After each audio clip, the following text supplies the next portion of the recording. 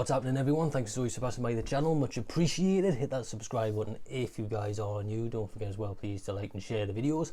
Big thank you to everyone who's been doing that so far. Again, you guys are the best.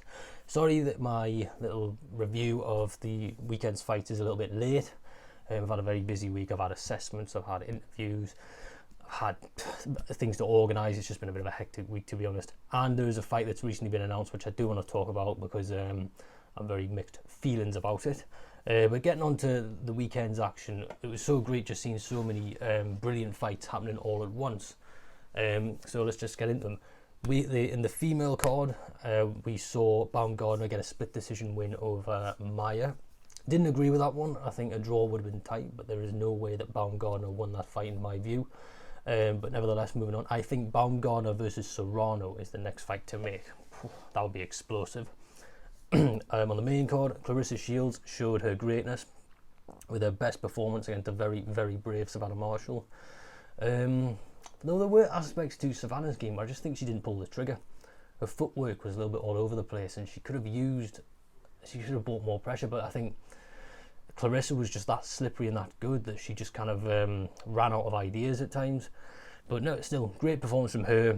I think Savannah will go up to super middleweight now, maybe aim to get back in winning ways. She'll probably try and find, eventually get a fight with that Cruz Dezern girl at 168. I can never pronounce her name. Be interesting to see her at 168.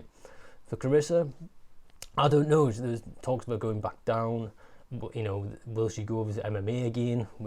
It's really hard to call where she's going to go. But really, really good performance from her. On the card in Australia, we had Devin Haney looking like a legit pound for pound fighter with a win over very courageous Kambosos, but man, that was a very, very good performance from Devin Haney. Clinical against Kambosos, man. One even more convincingly than the first fight in my view, which I said might happen. But I think Haney now will probably consider going up to 140, and I think that's a good idea for him because he looked dead on the scales of that weigh, and do you see how skinny he was? That isn't healthy to do, man. I think as you age, we see it with fighters as they age, they naturally go up further in weight. You know, like we've seen it with Floyd, we've seen it with Canelo, we've seen it with Pacquiao. It's just more natural to kind of go through the weight. And I think there's plenty of fights at 140. You know, Josh Taylor's up there. There's, I think one of the titles is vacant. And I think he'll do well. And then maybe in a few years' time, go to 147. Plenty of fights for Kambosos as well. He could get a rematch with Teofimo Lopez, or he could try and look to get a fight with Loma after Loma's fight later this year. And on the card in America, we saw Wilder flatline Helenius inside one round. Oh, ridiculous. I said he'd get him out of there in 8. Man, I was wrong. It wasn't even a full punch as well. He was like half-cooked right hand coming out of the corner. It was enough to knock him out. We all know Deontay Wilder can crack, but that was frightening. He is a frightening guy to get in the ring with, man. And it shows that he's still got it. The power's always the last to go, like I said. So, following that, I'd like to see either Wilder versus AJ, Wilder versus Ruiz, or Usyk. I think Ruiz and AJ are the ones I'm particularly interested in. I think AJ fight's massive. Ruiz is really interesting. For Helenius, probably good to take some time out. Make sure you get checked out before you get into the ring again. Still fights out there for him, but we've just seen that he's not at the same level as the likes of the Wilders and stuff like that. And then on the undercard of that, you saw probably my favourite knockout of the weekend, Caleb Plant KOing Anthony Durrell. What a punch. That was fantastic. He was talking all that smack in the build-up, and then Plant hit the grave digger on him. Oh, I love that. Well, the referee tried to stop him as well. I mean, if you're going to talk shit and get knocked out, then these things happen. They need to make Plant versus either Charlo or Benavidez next. Oh, that's like super mids looking great at the moment. Fantastic division. Alright, so that rounds up the fights from the weekend. Now, the fight just announced today, Tyson Fury versus Dereck Chisora 3. Tyson Fury will be defending his WBC belt at the Tottenham Hotspur Stadium on the 3rd of December against Dereck Chisora. Is it a fight that I will watch? Yes. Is it a fight that I want to see? No. Being honest. It's a fight that I've seen twice before in 2011 and 2014. Both times Fury won very convincingly. Especially the second fight, Fury dominated. You know, he was going southpaw, he was mixing it up. He was even turning to the referee. and asking him if he was going to let it go on, because he was just landing so much. He was just teeing off on Dereck's face. He just landed everything, and Dereck had no answer. And Dereck's been in the game for a while now. You know, he's taken some big punishments, the likes of you know, his fight with Dillian White, for example.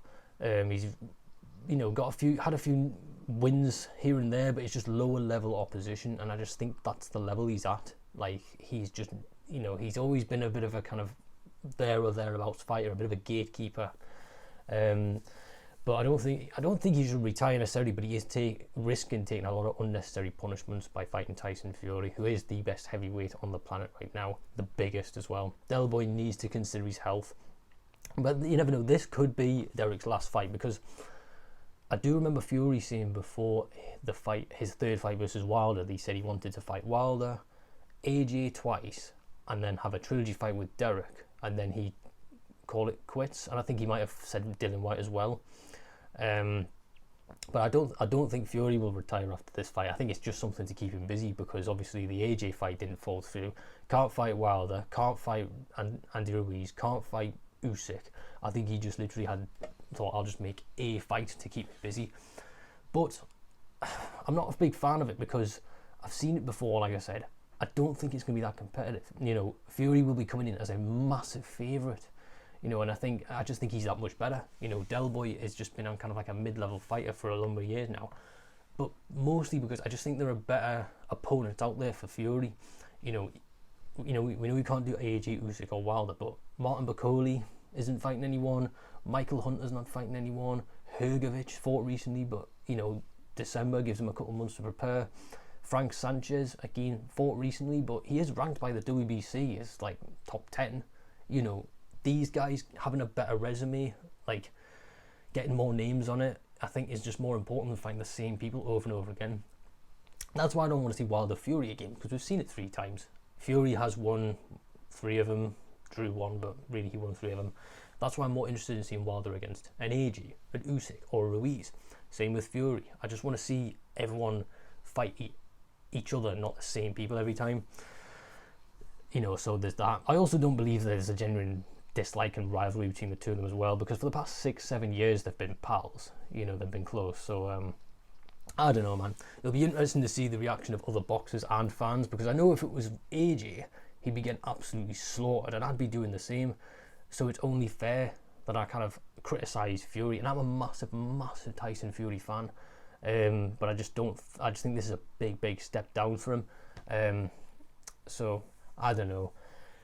I'll watch it, but I'm not overly excited about it, and I don't really blame.